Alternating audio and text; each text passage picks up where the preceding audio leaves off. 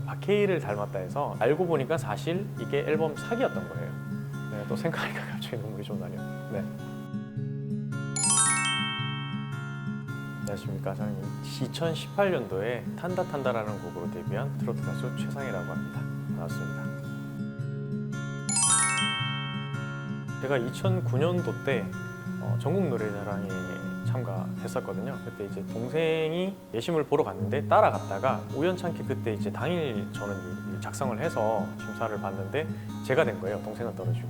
그러면서 이제 전국 노래자랑에서 인기상을 탔고 그걸 이어서 이제 제가 2009년도 때 대숲가요제라고 울산에 있었던 가요제에서 1등을 했어요. 저는 원래 락이나 락발라드 장르를 좋아해서 그런 노래를 쭉 해왔었는데 그 이후에 저는 트로트로 이제 전향을 한 거죠. 그러면서 트로트 가수로 데뷔하는 계기가 됐던 것 같아요. 그때 부른 곡이 박현빈 선배님의 곤드레 만들이었는데 그 곡으로 트로트 활동을 이제 쭉 하게 됐었어요. 그때 당시 활동을 하다 보니까 주변에 앨범을 내주겠다, 데뷔 한번 제대로 해보지 않겠냐라는 그런 분들이 이제 제의가 많이 들어오더라고요. 한번 믿을 수 있는 분께서 말씀을 해주시는 거예요. 그분의 말씀을 듣고 소개를 받아서 앨범을 내준다라는 말을 믿고 그분을 따라다녔죠.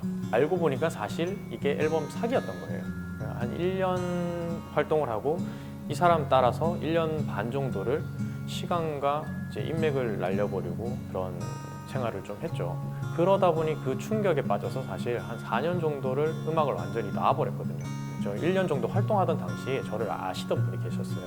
그분께서 어느 날 갑자기 연락이 와서 너의 곡이라도 한번 있어 봐야 되지 않겠냐라는 제의를 해주셨을 때 저도 사실 제 곡을 하나쯤은 가지고 싶은 마음도 있었고 알겠습니다 라고 하면서 가수의 길을 선택하게 됐죠.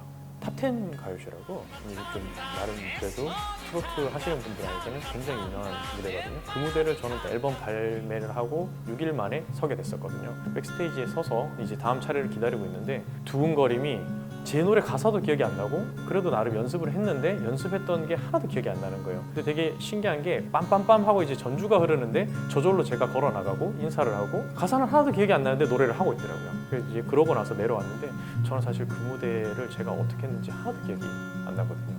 탄다 탄다 내 성이 탄다 탄다 탄다 내 맘이 탄다 왜 당신만 몰라줘요.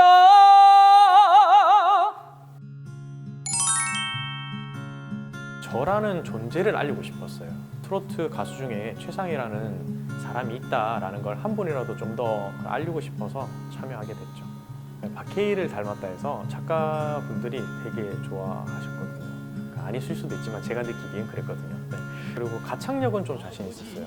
키가 좀 높아서 노래할 때 이제 표정, 감정을 표현하는 부분에 있어서는 조금 자신이 있는 편이었었거든요. 그때는 사실 아무 생각 없이 노래를 끝마쳤을 때 박현빈 선배님이 심사위원으로 계셨는데 그분께서 해주신 말씀이 오늘 나왔던 출연자들 중에 가장 표정이 좋았다, 우리가 뽑고 싶어 했던 사람이지 않느냐라는 말씀을 해주셨었어요. 사실 떨어졌지만 굉장한 위로가 됐었죠.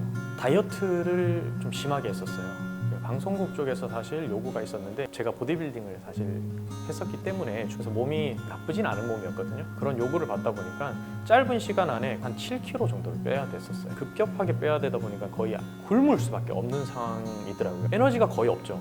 그래서 거의 주당 링거를 한 번 내지 2번 정도 맞았던 것 같아요. 첫 녹화가 끝나고 다음 날부터 성대결절이랑 건강이 좀 급격하게 악화가 돼서 3주 정도 쉰소리밖에 안 나오고 목소리가 아예 안 나왔었거든요. 그리고 회사하고의 좀 갈등 때문에 많이 힘든 시간이었는데 그 이후에 알아봐 주시는 그런 분들 때문에 좀 많은 격려와 위로가 돼서 좀 이겨낼 수 있는 시간을 가지기도 했고 좀 겸손해지는 시간이 생기더라고요. 떨어지고 나서 저 자신에게도 많은 변화가 있었던 것 같습니다. 하동진 선생님의 사랑을 한번 해보고 싶어요 라는 곡이었는데 사랑을 한번 해보고 싶어요. 아주 멋진 여자를 만나 아무도 없는 무인도에서 그녀와 함께 있고 싶어요. 요즘 사실 코로나로 인해서 모두가 힘든 상황이긴 한데 그럼에도 불구하고 좀 감사한 게 제가 라디오 DJ나 유튜브 쪽 이렇게 또 초청해 주시는 것도 감사하고 등등 해서 이제 섭외 연락이 좀 오더라고요. 너무 감사하게도 활동을 좀 하면서 지내고 있어서 행복하게 지내고 있습니다.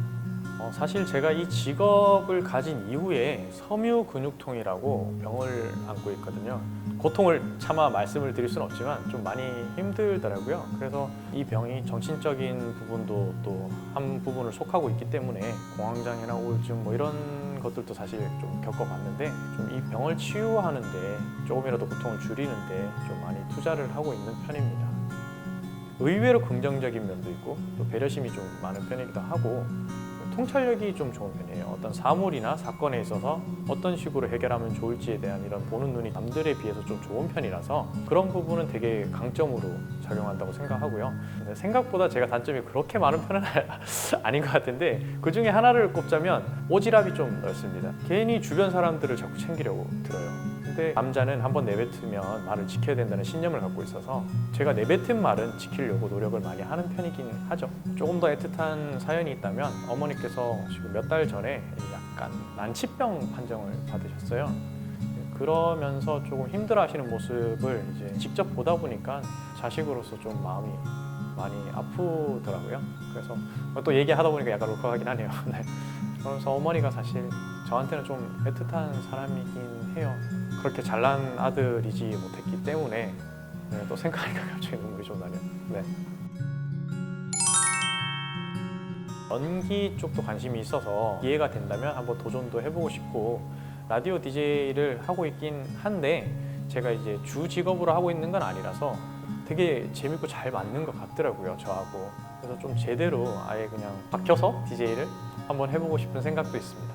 아직은 신생아 수준이라서 뭐 거창한 계획 같은 건 사실 없고요. 향후에 이제 노력을 더 열심히 해서 많은 사람들이 트로트 하는 사람 중에도 저런 가수가 있구나, 저런 색깔을 또 갖고 있네, 저런 매력이 있네, 이런 말씀들을 하실 수 있는, 입에 오르락 내리락 할 수 있는 그런 가수가 되고 싶습니다.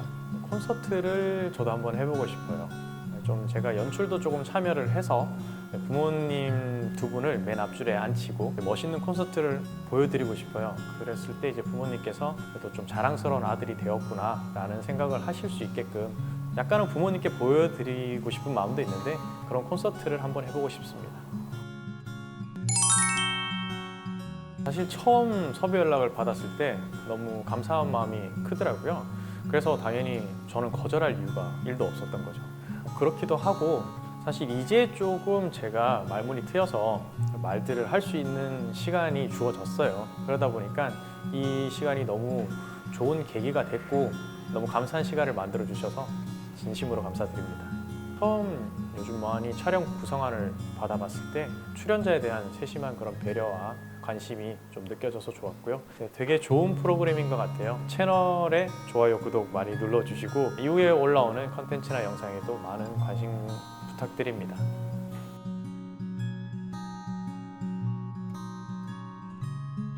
가수 최상의 인터뷰 이후 근황이 궁금하신 분들을 댓글로 알려주세요. 네, 이상 트로트 가수 최상이었습니다. 감사합니다.